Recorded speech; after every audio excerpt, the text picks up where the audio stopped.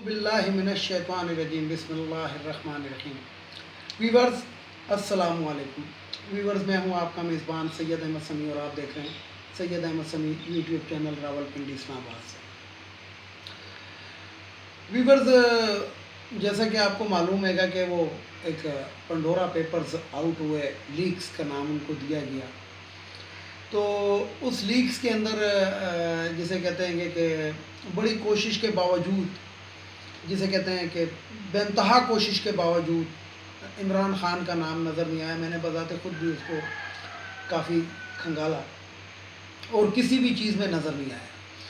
اب جہاں تک بات ہے کہ عمران خان کے جو وزراء ہیں، یہ پی ٹی آئی کے جو اراکین ہیں، ان کے نام نکل کر آئیں، جس طریقے سے جہانگیر ترین ہے، علیم ڈار ہے، خسرو بختیار ہیں، مونس الہی ہیں، تو بات یہ ہے کہ میں اس چیز کے اوپر بالکل ایک کلیئر کٹ ایک بات کرنا چاہتا ہوں، وہ یہ ہے کہ ان کو نشان عبرت بنا دیا جائے اور یہ انویسٹیگیشن ضرور کی جائے کہ یہ آف شور کمپنیاں انہوں نے کب بنائی تھی۔ اگر عمران خان کے وزیر اعظم بننے کے بعد انہوں نے بنائی تھی، یعنی کہ پی ٹی آئی کی حکومت آنے کے بعد اگر انہوں نے بنائی تھی، تو پھر تو عمران خان کو چاہیے کہ ان کے ساتھ وہ کام کرے، وہ ان کا ٹرائل اس طرح کا ہو اور اس طریقے کی ان کو سزا ملے کہ جو تاریخ کے اندر ایک وہ بن جائے، ایک نظیر بن جائے۔ لیکن اگر یہ پچھلی حکومتوں کے اندر انہوں نے، کیونکہ خسرو بختیار ہو گئے، علیم ڈار ہو گئے، مونس الہی ہو گئے، یہ پی ٹی آئی کی حکومت سے پہلے پیپلز پارٹی کی حکومت میں بھی تھے، نون لیگ کی حکومت میں بھی تھے یہ لوگ۔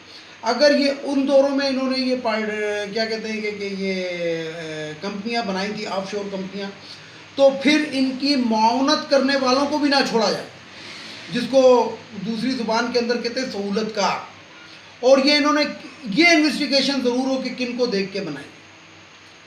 تو بات جو ہے وہ بڑی نکل جائے گی اگر کی جائے۔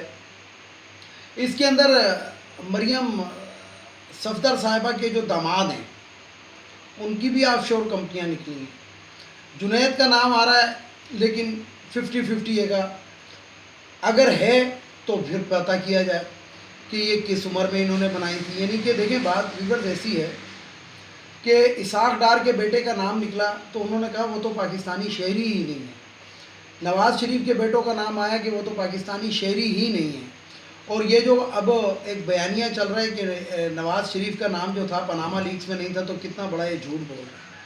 پاناما لیکس کے اندر اس کا نام تھا، جبھی تو یہ چیز نکل کر باہر آئی، اور یہ جو اقامے کی بنیاد پر جو سزا دی گئی تھی، یہ اقامے کی بنیاد جسے کہتے ہیں ہاتھ ہولا رکھا گیا تھا، اور بقول اعتزاز احسن کے جو بیرسٹر ہیں گے، انہوں نے کہا تھا کہ یہ اقامہ رکھنا اس سے بھی بڑا جرم ہے، ایک پرائم منسٹر آف پاکستان کو اقامہ رکھنا یہ اس سے بھی بڑا جرم ہے۔ تو اب یہ جو مرضی کرتے رہیں۔ اسی کے اندر آپ کو ایک بات بتاتا چلوں کہ مریم صفدر نے آج اسلام آباد ہائی کورٹ کے اندر ایک درخواست دائر کی، اور اس کے اندر اپنے آپ کو بالکل پارسا اور بے قصور انہوں نے ثابت کرنے کے لیے 17 صفحات پہ مشتمل ایک درخواست جمع کرائی، جو رجسٹرار نے اعتراض لگا کے واپس بھی کی ہے، لیکن یہ کل پھر آئے گی۔ اور اس کے اندر جو لب لباب یہ ہے کہ وہ جو جج محمد بشیر تھے، ان کی ویڈیو بھی کا بھی ذکر ہے، اور آئی ایس آئی کے اس دور کے چیف کا بھی ذکر ہے۔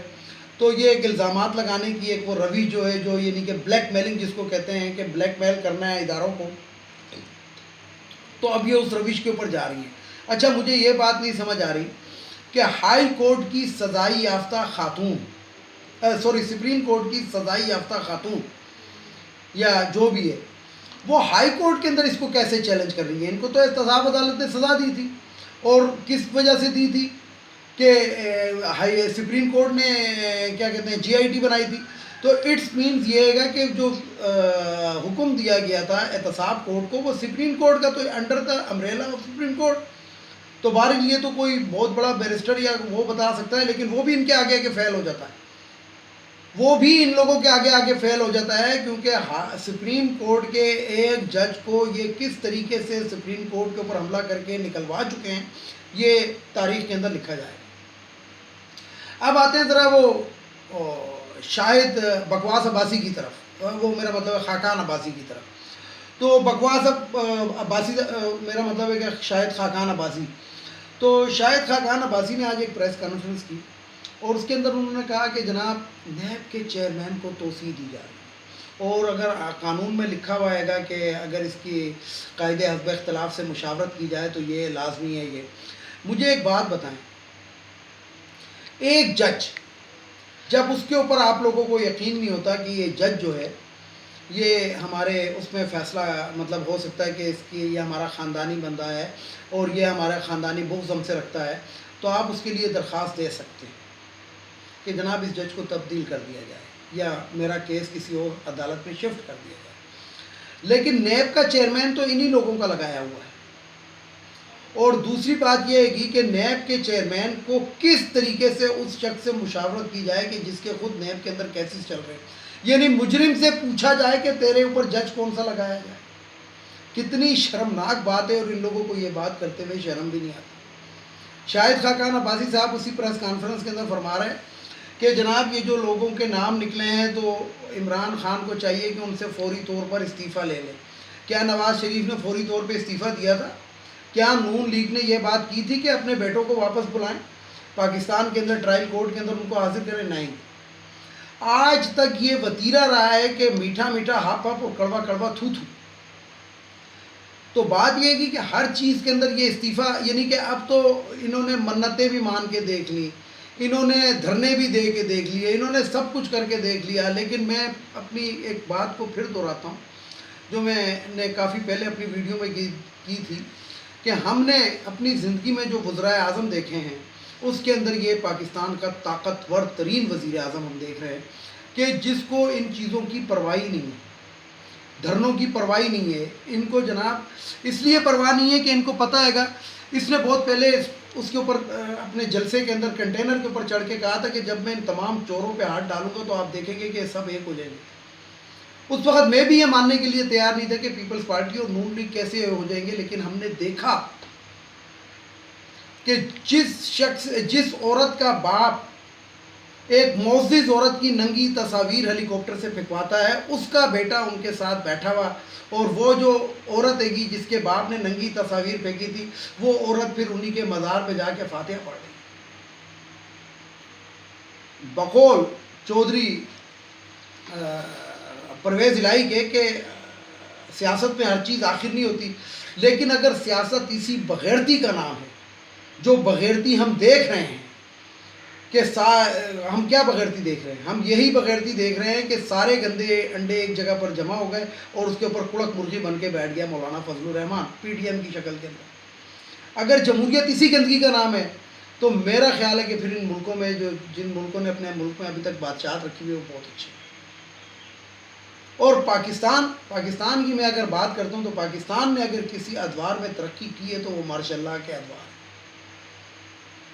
ضیاء الحق کے دور میں ایک لڑکے کے ساتھ بدکاری کی تھی تو 3 دن تک اس کی 4 سے 10 سے 12 دن میں ٹرائل کورٹ کے اندر یہ وہ کر کے فیصلہ کر کے 3 دن اس شخص کی لاش لٹکی رہی تھی، اور 11 سال تک پاکستان میں کوئی اس قسم کی حرکت نہیں ہوئی تھی۔ لیکن یہاں پہ پاکستان پیپلز پارٹی پھانسی کے سرے سے ہی خلاف ہے، سر عام تو دور کی بات ہے، یہ تو پھانسی دینے کے ہی خلاف ہے۔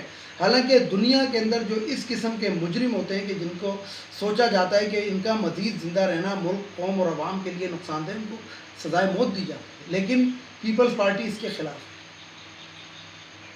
کل تک جب حکومت کہہ رہی تھی کہ جناب یہ جو ٹی وی اینکرز ہیں اور ٹی وی چینلز ہیں اور یہ جتنا بھی میڈیا ہے اگر یہ فیک نیوز دیتے ہیں تو ان کے لیے قانون لایا جائے جن کے اوپر ان کو سزائیں ہوں، ان کے لائسنس معطل ہوں اور ان کو جسے کہتے ہیں کہ جیل بھی ہو سکے، تو اس کے اوپر جو تھی آزادی صحافت پہ حملہ تصور کیا جا رہا تھا۔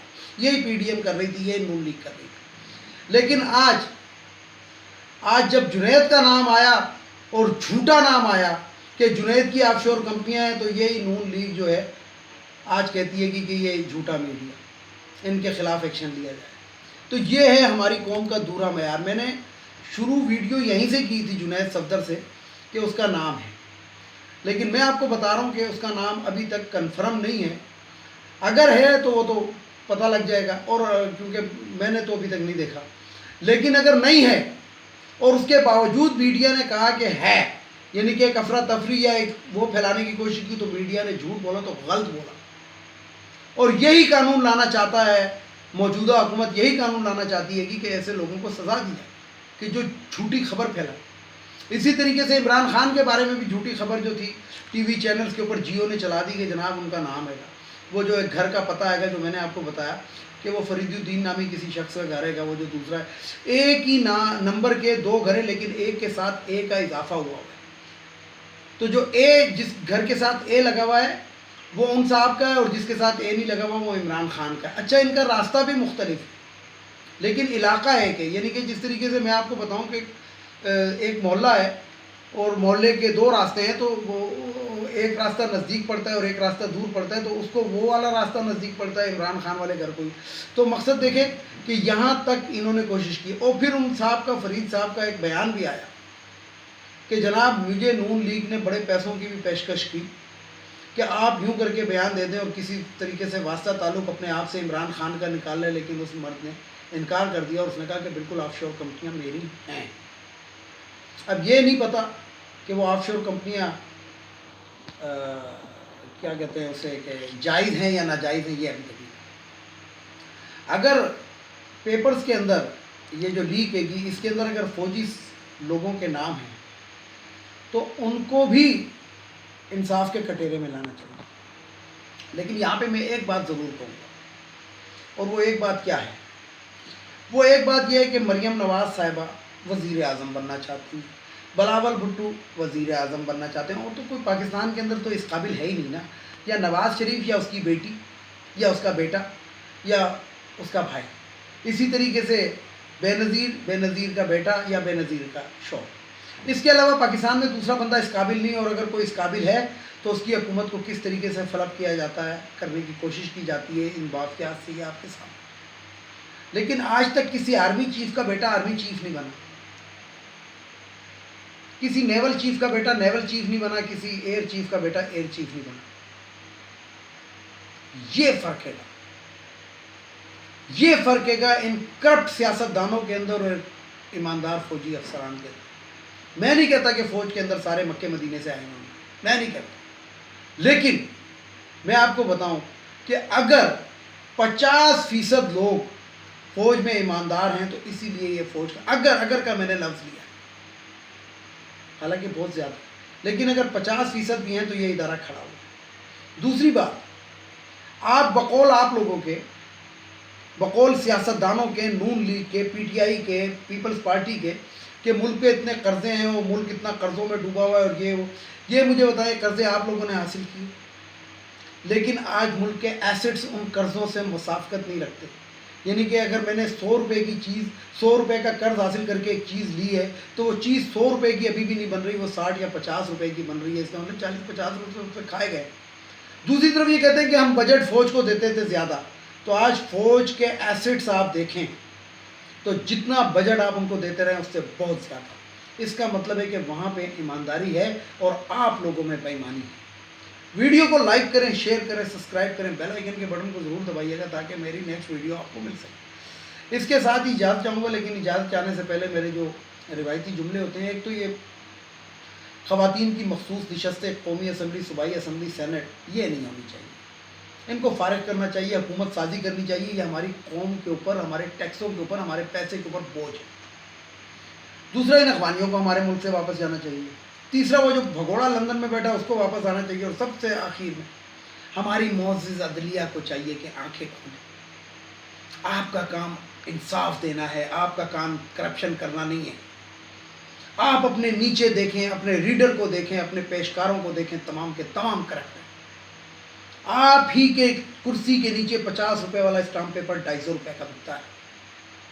تو اس کرپشن کو ضرور دیکھیں، اور اپنے کرپٹ ججز کو دیکھیں جن کے اثاثے جو ہیں ان کی تنخواہ سے مطابقت نہیں رکھتی. ایک چھوٹی سی بات یہاں پہ اور کرتا چلوں کہ راؤ انوار کے خلاف، اس کے اثاثوں کے خلاف کوئی ریفرنس دائر ہو رہا ہے نیب کے اندر.